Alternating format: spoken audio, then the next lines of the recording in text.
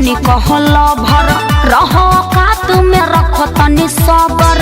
काहे ऐसे बोलत हो? तब क्या पापा को ससुर जी जनी कहला भर रहो का तुम्हें रखो तनी सबर।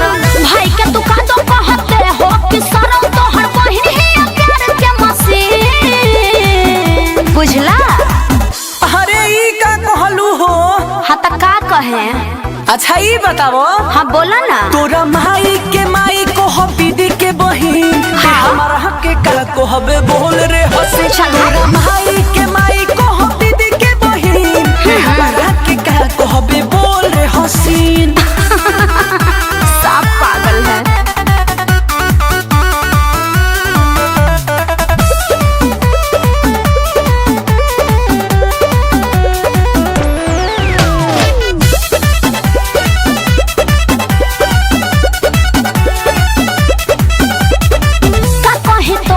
तू बाड़ो साफा खाता प्यार के मतलब न हकी इहे कुल ही कर। अरे समझ में आई कहा कुछ बोलो मुंह खोलो अपना बाबू से बबी लागे झोलो माइके मोल हम दोसर बहावी। हर तरफ कहते हो माल के बहिनिया हिया सच बड़ के महीन। जरूर कोनो झगड़ा भिड़ौले बा। सही कहतनी हम। पहले इसका जवाब दो।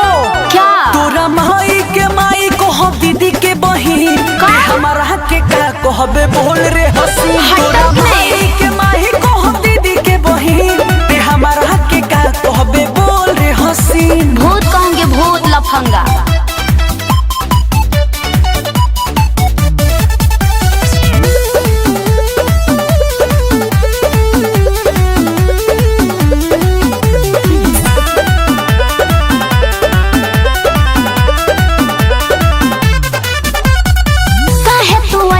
करेला मोनू राजा हो प्यार का बड़ी विनीत बहिया में आ जा हो।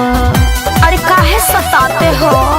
कारे कारे सचो के कहो तारे कुछ बुझात नहीं के। बिलीव मी ना रे प्यार बनता रे दिल के सुझात नहीं के। नाम बदनाम कर दिए हो सबसे बोल के कहिए फराची सब जाती हो। तो तोहरा कोनो शौक लागत का? तब का लगते बा। ए चुप ना रहो पहले जवाब दो।